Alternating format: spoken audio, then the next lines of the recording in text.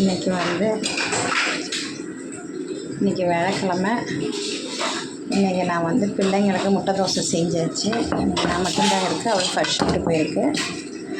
எனக்கு மட்டும்தான், அதனால தோசை. குழம்பு எதுவும் செய்யலை, நான் மட்டும்தான் இருக்கனால.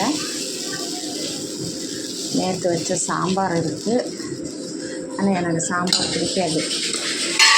அதனால் பிடிக்கும். சரி,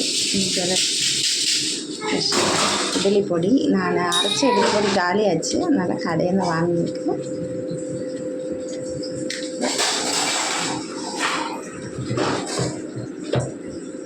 எண்ணெய் ஊற்றிக்கலாம்.